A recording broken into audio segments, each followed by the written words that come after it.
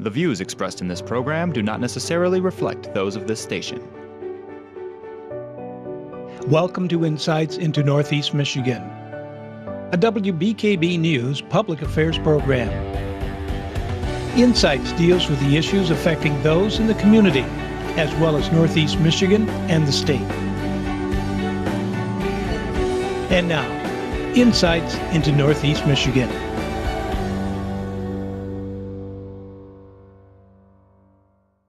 Good morning and welcome to this edition of Insights. I'm joined by ACC Professor of Political Science Tim Kuhnlein. Tim, thank you for being here. Good morning, Aaron. So we're going to talk about President Trump's cabinet picks and kind of the turmoil that's going on with that. To start, we'll do with someone who was confirmed, and that was Betsy DeVos, as Secretary of Education. So let's talk about why her pick was controversial, how she ended up getting confirmed, and kind of what's the turmoil behind that. Well, it was indeed a close call. I mean, it was a 50-50 split with the Vice President being the deciding vote in the Senate. But really the controversy, I think, around Betsy DeVos is here you have a multi-billionaire that has really had no direct relationship to public education other than as a critic of it, which is part of the agenda. But I guess that begs the question, what does she represent? And the primary concern is, I think, that this proposal or potential proposal of vouchers being facilitated at the federal level to allow federal monies, the suggestion is somewhere around $20 billion would be channeled through block grants, to foster experimentation, further experimentation with vouchers. And this relates to charter schools, which is already existing in our country. A good over half of our states have charters, but vouchers is another area, and it's a stepping stone towards greater and greater privatization, using U.S. tax dollars to shift money away from public non-for-profit institutions, our traditional schools, to private institutions, many of which are for-profit or religiously based. And I think herein lies the real controversy. And so let's talk deeper about those vouchers. So these vouchers take taxpayer money, and the people that use the vouchers can use that money towards another school system. Yeah, that's right. And there are about 13 states right now that allow vouchers. And there are about 50 private school choice programs in about 25 states where vouchers are used to also include transfer of tax dollars along with the students to religious schools. And so this is crossing some really stringent boundaries of our Constitution and our politics, what's wise, what's not wise. And I think the larger question is what is it ultimately working towards? Many argue it's working towards privatization, pushing towards a for-profit agenda. But it's also diluting, we already have a question of the amount of money that we spend on public education. It's large, but obviously it's not translating. If we allow for money to be shifted from traditional schools to these other options, we end up diluting the concentration of wealth in any one of these options. And it begs the question, is it really translating to better performance outcomes? And the statistics just don't bear out. Where Betsy DeVos gets into a little bit more controversy is that she's very much in favor of non-regulation. So she is not in favor of regulating these charter schools or any of the voucher-related recipients. And in Michigan, we have one of the worst records. And a lot of it is that a lot of the problem is that we just don't regulate, and yet we allow these failing schools to continue to operate because they can still be profitable for whoever's running them, whether they're just surviving or actually creating profit from a private sector company that's running them. And most other states, we have a high level of regulation. There are 43 states that allow charters, as opposed to the vouchers, which is only 13 states.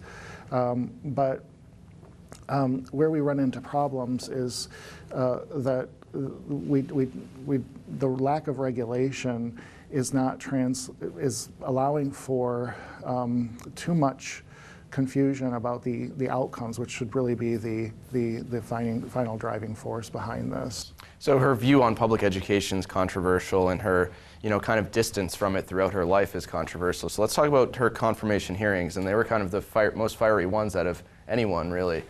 People were really going after her for these things, but she ended up getting confirmed, but she had a couple Republican senators voting against her, which was kind of unique in this sense. Yeah, she was very evasive. Of course, there's a larger agenda here, and she was evasive, but also, I think, and behind the scenes, kind of being a bit provocative. There's no question here that Betsy DeVos is behind a massive anti-union movement. And feeling that somehow public schools are stifled because of the union presence. And by shifting money away to charter schools and other options, you get away from the union dynamic. But, the first day on the job, she sends out this provocative sort of tweet that may have been joking, but to suggest that she wanted to start sharpening pencils in order to, and she couldn't find the pencils, wondering where they were if anybody knew. It just kind of sends a message to public educators, particularly in secondary and elementary ed, that have to provide for a lot of their own classroom materials. And then, of course, she was met by resistance when she tried to enter a Washington, D.C. public school. They just basically blocked her from entering. So she's creating, like so much of the Trump administration, these highly sensational, this highly sensational rhetoric that is in many respects probably going to cloud any real deep sense of contemplation about these options and the pros and cons. But this is the way we're playing the game now. So, and let's talk about the vote that made her the Secretary of Education, because it was a split. It was a 50-50 tie, and then Vice President Pence was the person who was able to, give her the vote ahead. So let's talk about, is that like a historic thing to happen? It's historic in the sense that it doesn't happen very often, and certainly on nominations. But this comes back to the controversy and the sort of the sensationalized, hyperbolic nature of this administration and where we're going. This is going at a snail's pace. And one might argue there's a lot of obstructionism on the part of the Democrats, although that's not the total equation. He's nominating a lot of highly controversial people on a lot of highly controversial subject matter. And Flynn is probably the most extreme version of this. Betsy DeVos was able to squeak by. What her policy implications will be is still very uncertain. It's the federal level. But when we look at what's going on in the intelligence community, if this is any indication of what's coming for education, the confusion, the disorder, we're kind of on the verge of a constitutional crisis in many respects, because the lack of respect is deteriorating so much because of these hyperbolic gestures that are creating a lot of lack in trust and really not knowing what to believe anymore. And maybe that's the objective, to disorient people and to deconstruct, but that's a very dangerous path to follow, whether we're talking about healthcare or education or our national defenses in terms of intelligence. And for a movement that's supposed to be the conservative side of the equation, this is very troubling to a lot of people. All right, well, we're going to continue this conversation on the cabinet after the break, so stay tuned because there's more insights coming up.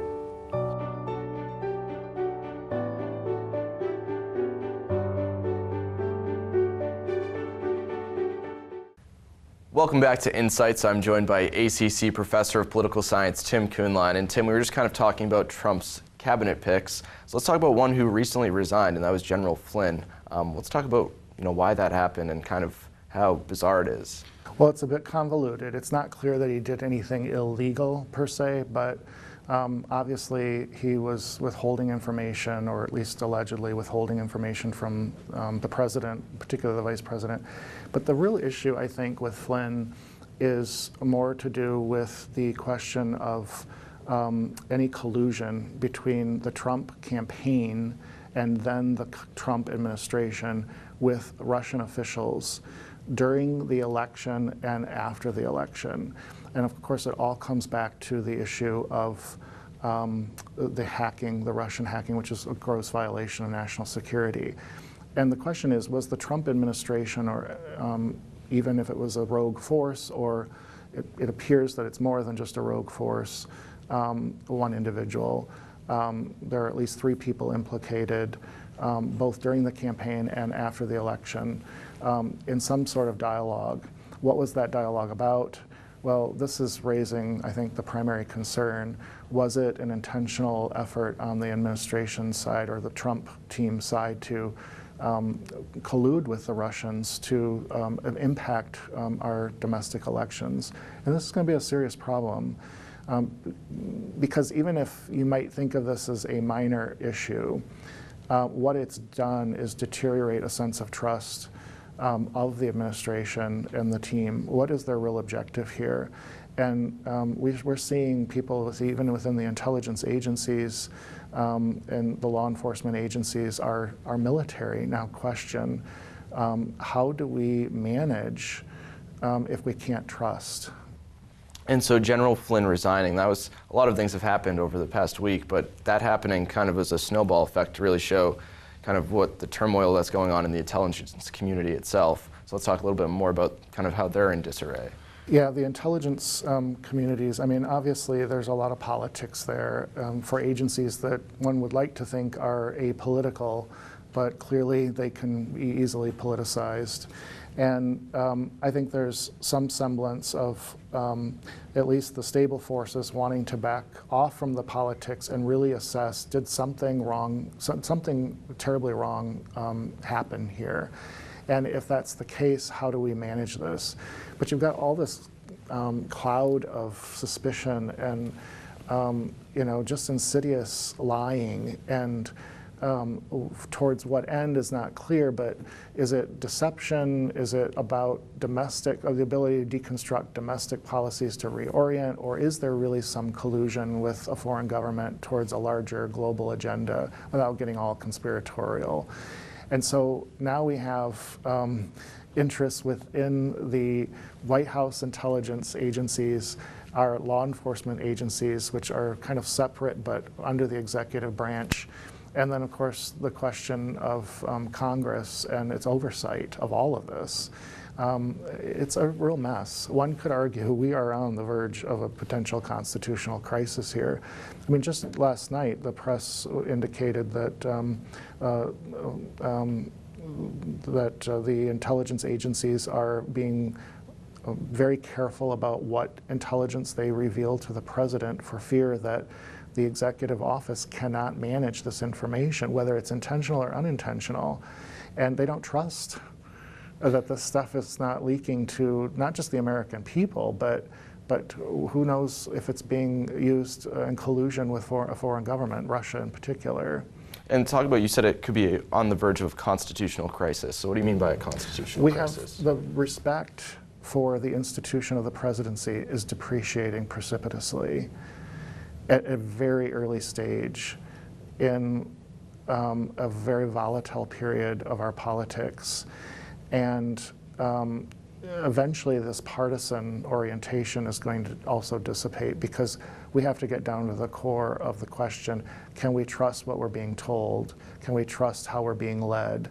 Can we trust that where we're being led is truly in the interests of the nation, or is it in the interests of some particular private interest? Whether it's a domestic group of people, friends, family, whatever the case may be, or a foreign government that we've had very specific policies towards that can be reoriented. But when you're trying to reorient with this level of suspicion, you have a serious problem. I mean, Trump is now talking about bringing in someone to evaluate the intelligence community. And when you start looking at who these people are and what their agendas might be, it starts to get even more complicated. And if our own intelligence agencies and law enforcement agencies start to lose trust in the leadership, a military, a special ops general, questioning what's going on. No one's leading. We don't know who's leading. A primary Republican Senator John McCain and others increasingly questioning the legitimacy of or the integrity of leadership here. This is serious at this stage of the game. Definitely, we're still only a month into a presidency. Well, and we don't have the overwhelming majority of the positions filled that are seemingly necessary to operate our federal executive branch. And what positions are those? Well, we're talking about 4,000 positions beyond the high-level appointments of secretaries. I mean, not even half of the secretarial positions are filled. Now, one might say this would be a convenient way of reducing the federal government, but it's not an orderly way. And there will be potential repercussions, especially when we see executive orders rolling out that are incoherent and not clearly interpreted, much less implementable because of the confusion by lack of qualified personnel experts in these fields who make the system function. This is dysfunction. And I want to talk about, you said President Trump wants to bring an investigator in to investigate the intelligence community itself. So let's talk about who that person is. Yeah, his name is Steven Feinberg, and he's an interesting figure, like so many. He's associated with Cerberus, which is a capital management company, private equity firm. They own DynCorp, which is an international security company for helping the State Department. And they also own Remington, for example, the major arms manufacturer. But what's interesting about this is the confluence of these seeming attempts to provide oversight, yet the connections of business and so many of this core group of people around Trump. The network is amazing. And so much of it is oriented towards their business operations and how they feed off of government. But now they are part of government. They're running government. They're managing government. And it seems, when you look at the number of people who have actually been appointed, the number of people who are repelling away from the administration out of fear that this is just not trustworthy, we don't know what the end game here is. It's a lot of confusion and contradiction. There's a lot of deceit, a lot of lying, and bold-faced lies that are caught. Flynn being an example, that if we have much more of this, what we have is a very rump core of people who are all very much interconnected with one another, and it begs the question: whose interests are they really looking to protect? If you dig into Feinberg a little bit more, he's in the midst of, or at least the Cerberus and DynCorp operation are in a $10 billion contract legal dispute with the State Department right now about some air support controversy regarding counter-narcotics operations. And this is the very same guy and company that was going to buy out Blackwater, which of course is Betsy DeVos's brother's former company. And we're talking about private militaries here that are contracting with the federal government to make billions and billions of dollars off of taxpayer dollars. Granted, we may need these services, but it begs the question of what kind of dynamic are we creating here for whom?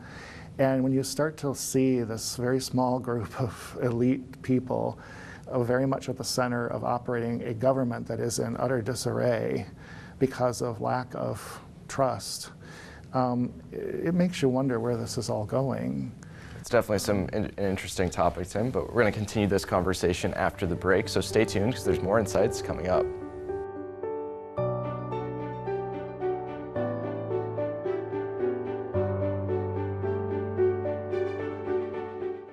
Welcome back to this edition of Insights. I'm joined by ACC Professor of Political Science, Tim Kuhnlein. And Tim, we ended before the break, talking about private militarization. So now I want to bring that back and how that kind of relates to private education.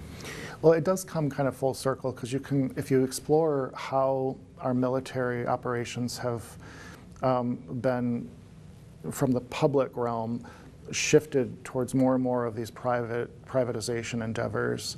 And we're not talking necessarily here about the building or the construction of weaponry and so forth. That's clearly been done by the private sector, but it's many of the services that have been farmed out to private sector companies, just like intelligence. You know, basically these are models then for what is likely to happen in education. And they're some of the same people. I mean, Eric Prince, Blackwater, Betsy DeVos, education. We're talking about a close-knit, a very sort of narrow mindset. It's coming out of a libertarian philosophical movement, but there's much more to it than that when you dig into it a little more deeply.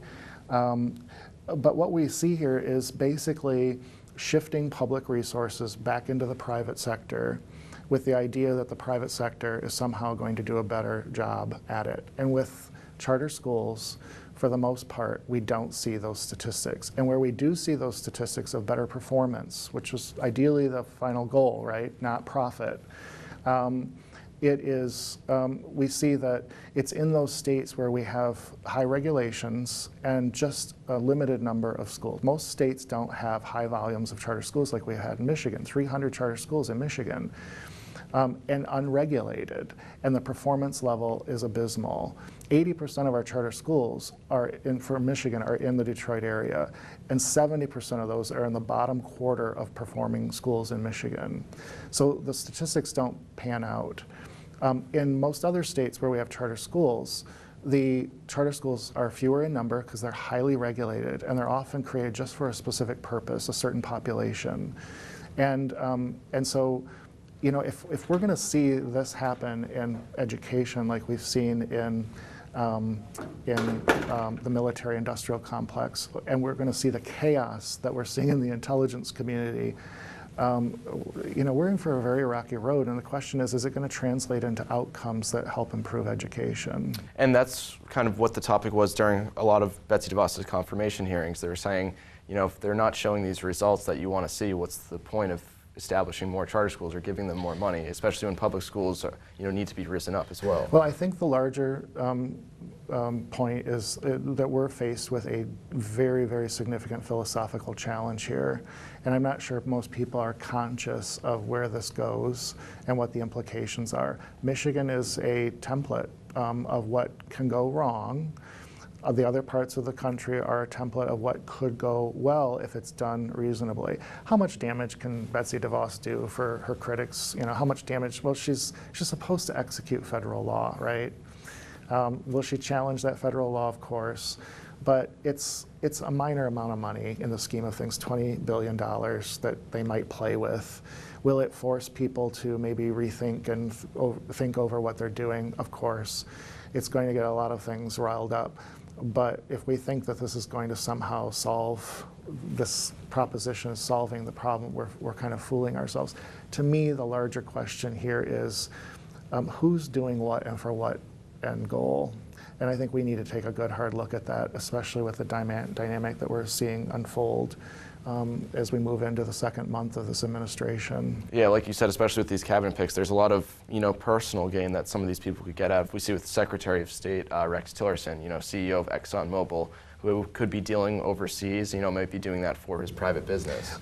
And maybe not for themselves personally, although that does translate, but these corporate interests, the for-profit agenda, and that's all fine if it produces outcomes. But as I've been saying, in terms of charter schools and public education, they're not producing the outcomes.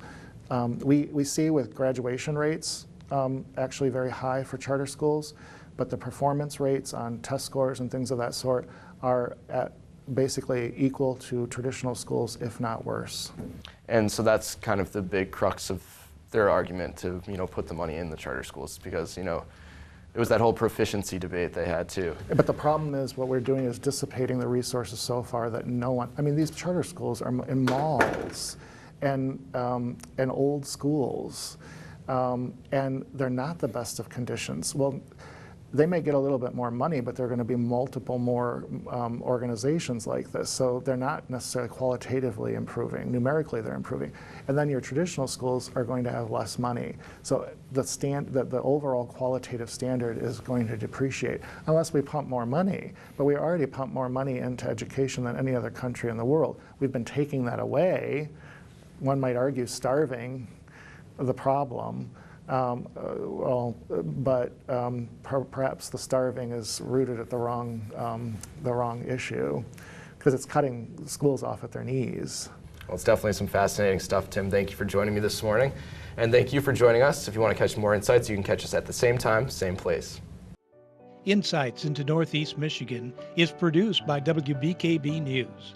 If you have any comments, suggestions, or topics you would like to see on a future show, please email WBKB News. This has been a production of Thunder Bay Broadcasting Corporation. All rights reserved.